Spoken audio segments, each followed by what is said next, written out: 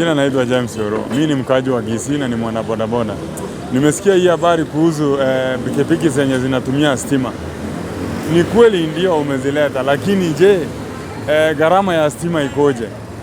Sasa ukiniambia uniletee pikipiki ya stima, kujaji inachukua zinasikia ni 4 hours. Na mafuta, hii pikipiki yangu ikiisha mafuta, ninaenda kwa petrol station naweka direct na kuanza kazi. Kwani hiyo muda yote nitakuwa nikingojea mpaka hiyo battery ijae alafu ndio nianze kazi? Hiyo pesa unaenda kutumia kuleta hizo mapikipiki, tafadhali uweka kwa subsidy ya mafuta, subsidy ya chakula, ndio tupate maisha ikuwe rahisi kidogo. Mambo ya kutuambia mapikipiki ya stima, hiyo hatutaelewana na wewe, na hiyo haitaleta nchi iendelee. Hiyo ni kama kuangamiza maskini ule wa chini, alafu sasa uone venye wanaenda chini kabisa. Hiyo ni kurudisha uchumi chini kabisa. Asanteni sana. Majina naitwa Mokora Julius kutoka Kisii. Mimi ni mkaaji wa Kisii na nafanya bodaboda.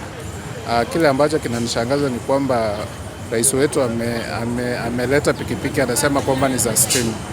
Mimi swali tu nauliza, pikipiki ya stima sasa, kama hizi pikipiki zingine zinauzwa 120 tumeshindwa kununua, hii ya 1200 tutatoa wapi pesa?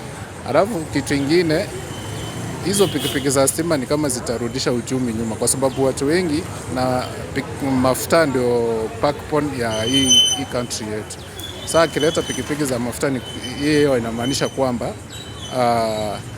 mafuta itaanza, watu wachache wataanza kutumia mafuta, alafu hizo pikipiki haziwezi tusaidia. Na shida ingine, kuna wenye wako na hizo pikipiki na haziwezi enda kwa barabara ya rough road, haziwezi tumika kwa hiyo barabara. Sasa tutaziendesha wapi na tutafanyia kazi wapi? Hiyo nayo mimi haijanifurahisha. Kwa majina ni Edmond Ongeri, ni mkazi wa Kisii hapa. Naongea juu ya hii pikipiki president ame-launch, amesema ati anakuja kutumika hapa.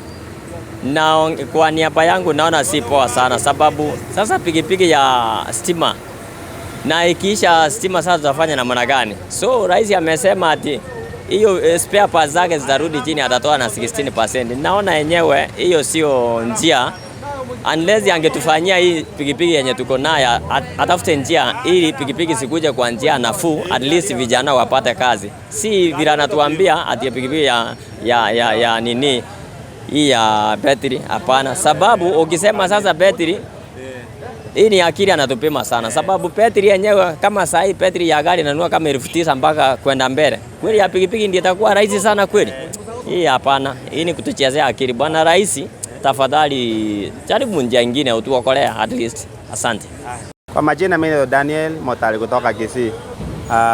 Kwa hii maneno wanatuambia mambo ya pikipiki, tunatuletea ya stima. Rais hapo naye sisi tumekataa, sisi ni wana UDA. Kwa sababu hapa already tuko na pikipiki zingine. Hizi zenye tuko nazo tunaweka kando, tuanze kulipa hiyo nyingine.